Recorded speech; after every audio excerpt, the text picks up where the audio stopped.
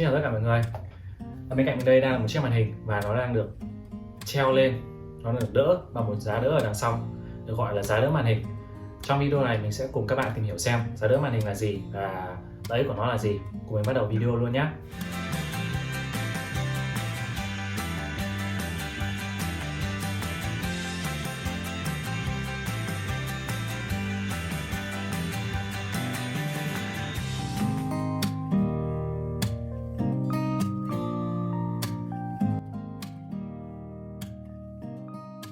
Ok, đầu tiên để nói về chiếc arm màn hình này, mình sẽ giải thích về lý do tại sao nó được gọi là arm màn hình.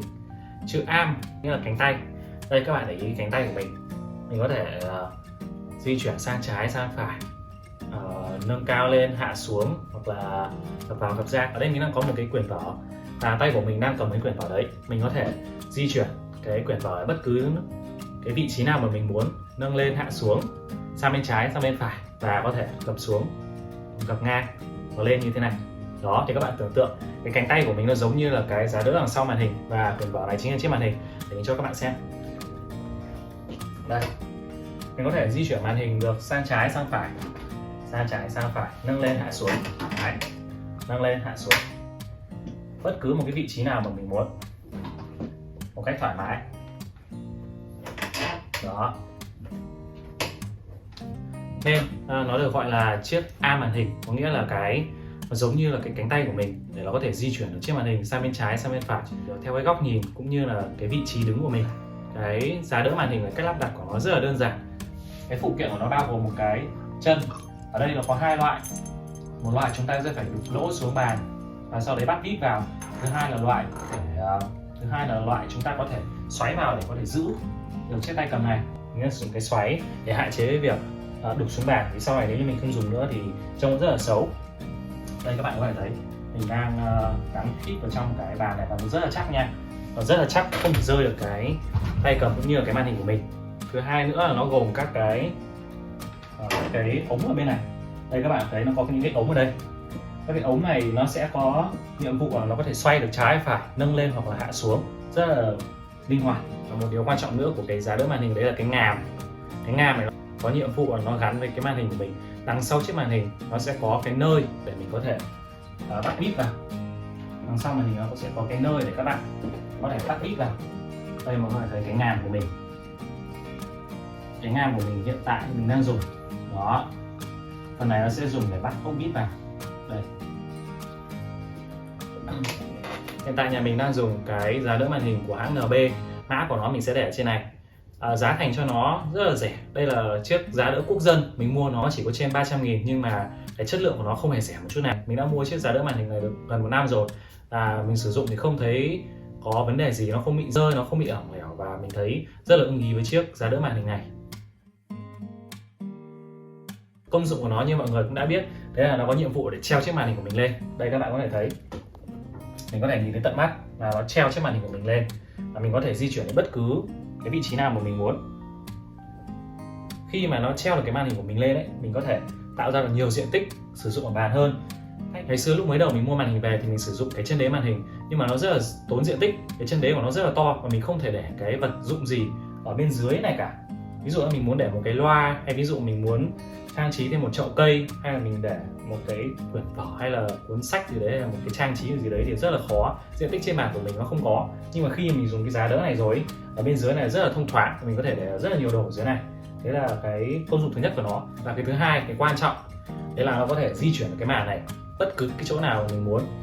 Ví dụ như là khi mà mình muốn xem phim, mình có thể quay nó ra như này và mình ngồi đằng xa và mình xem chiếc màn hình này.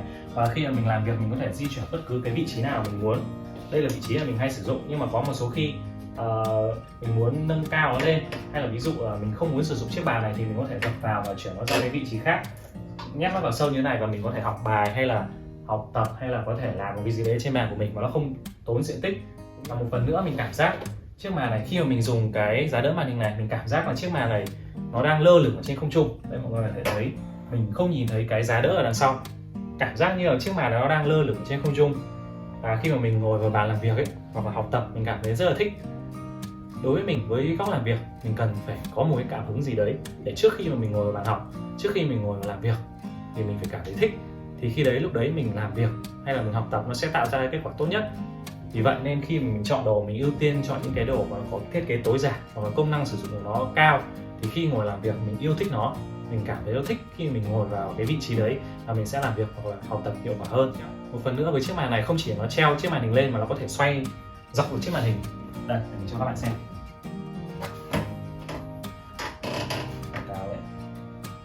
Đó. Nếu như mình không muốn dùng ngang thì mình có thể xoay dọc chiếc màn hình ra. Và ví dụ gắn hai chiếc màn vào với nhau thì mình có thể để hai chiếc màn dọc như thế này. Nhưng mà thường mình ít khi sử dụng cái dọc này bởi vì nó rất là cao và mình cứ phải ngoái cổ lên nên là mình thường ít khi sử dụng. Nhưng mà nó vẫn là một chức năng của cái giá đỡ màn hình này. Nếu chúng ta không muốn, chúng ta có thể quay nó lại bình thường và nâng lên hạ xuống một cách rất là dễ dàng. Với mình thì mình cực kỳ yêu thích cái giá đỡ màn hình này bởi vì mình là một người khi mà làm việc mình muốn cho hai tay của mình lên bàn như thế này. Khi mà mình dùng và mình làm việc ấy, mình cảm giác tay như vậy nó sẽ thoải mái hơn. Thay vì việc ví dụ sử dụng cái đế màn hình ấy thì thường là tay của mình nó sẽ phải như thế này. Đó thì cái việc mà mình sử dụng hay là mình trải nghiệm thì nó rất là cảm thấy là mình thấy khó chịu và mình ngồi một lúc mà mình đã cảm thấy là mình không muốn làm nữa rồi. Nên khi mà có cái giá đỡ màn hình này, cái việc tư thế ngồi của mình ấy, cái tay của mình nó cảm thấy thoải mái, mình làm việc thì mình có thể ngồi lâu hơn và chất lượng hiệu quả công việc của mình nó sẽ tốt hơn. Cái lưu ý khi mà lựa chọn cái giá đỡ màn hình này có vài lưu ý sau. Thứ nhất, khi các bạn chọn cái giá đỡ màn hình, các bạn phải lưu ý đến cái kích thước tối thiểu và tối đa. Cái kích thước tối thiểu của nó mình cần phải lưu ý nha, bởi vì ví dụ như cái giá đỡ màn hình của mình có thể nâng được màn hình từ 2 cho đến 9 kg. Ví dụ như màn của các bạn nhẹ quá, nó dưới 2 kg thì lúc mà dùng ấy, lúc mà mình treo cái màn hình vào đây nó cứ bị đẩy lên như thế này, cứ bị đẩy lên nha. Các bạn kéo xuống, chốc sau lại bị đẩy lên như thế này. Đó. Thì các bạn lưu ý khi mà mình chọn giá đỡ màn hình ấy, mình cần phải xem là cái chiều trọng lượng của nó có phù hợp với cái giá đỡ màn hình của các bạn không. Phần thứ hai nữa là mình cần phải xem cái giá đỡ màn hình này hỗ trợ kích thước màn hình từ bao nhiêu cho đến bao nhiêu. Ví dụ như giá đỡ màn hình của mình có thể nâng màn hình từ 17 inch cho đến 30 inch. Khi mà mình chọn cái 32 inch thì nó sẽ vượt qua cái size tối đa của nó, thì sẽ không thể treo được lên cái giá đỡ này, và có thể nó sẽ bị rơi hoặc là cái mức độ giữ của nó không tốt. Nên là mình cũng cần phải chọn cái giá đỡ màn hình tương ứng với cái kích thước cũng như là trọng lượng của màn hình, rất là quan trọng. Một phần nữa, khi mà các bạn mua cái giá đỡ màn hình, các bạn phải kiểm tra xem màn hình của các bạn nó có hỗ trợ cái để lắp được cái ngàm hay không, bởi vì có rất nhiều màn hình không hỗ trợ cái việc mà gắn cái giá đỡ màn hình đằng sau. Nên khi các bạn mua giá đỡ màn hình, các bạn cần phải lưu ý xem cái đằng sau màn hình của các bạn có hỗ trợ được gắn ngàm hay không. Đây mình sẽ để một cái hình ở trên đây.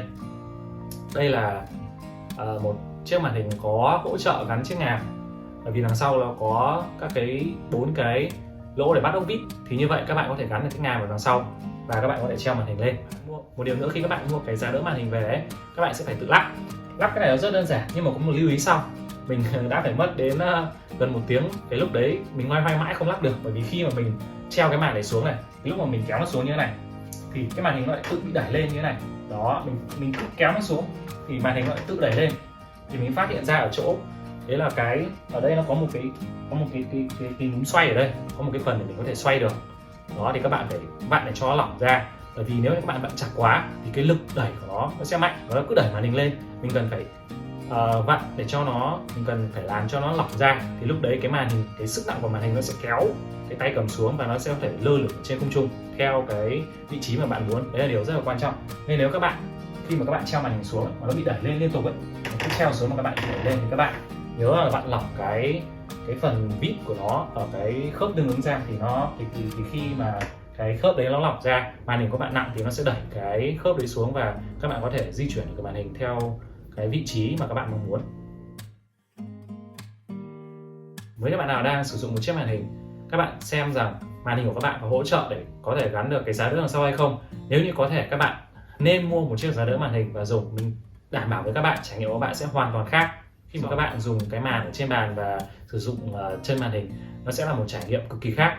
Với số tiền bỏ ra chỉ trên 300.000 cho một chiếc giá đỡ màn hình, nhưng mà nó thay đổi cái góc nhìn của các bạn, thay đổi cái sự trải nghiệm của các bạn. Mình thấy cái số tiền bỏ ra là xứng đáng khi mà các bạn mua một cái giá đỡ màn hình như thế. Cảm ơn tất cả mọi người đã theo dõi video của mình. Hẹn gặp lại mọi người trong video kế tiếp. Bye bye.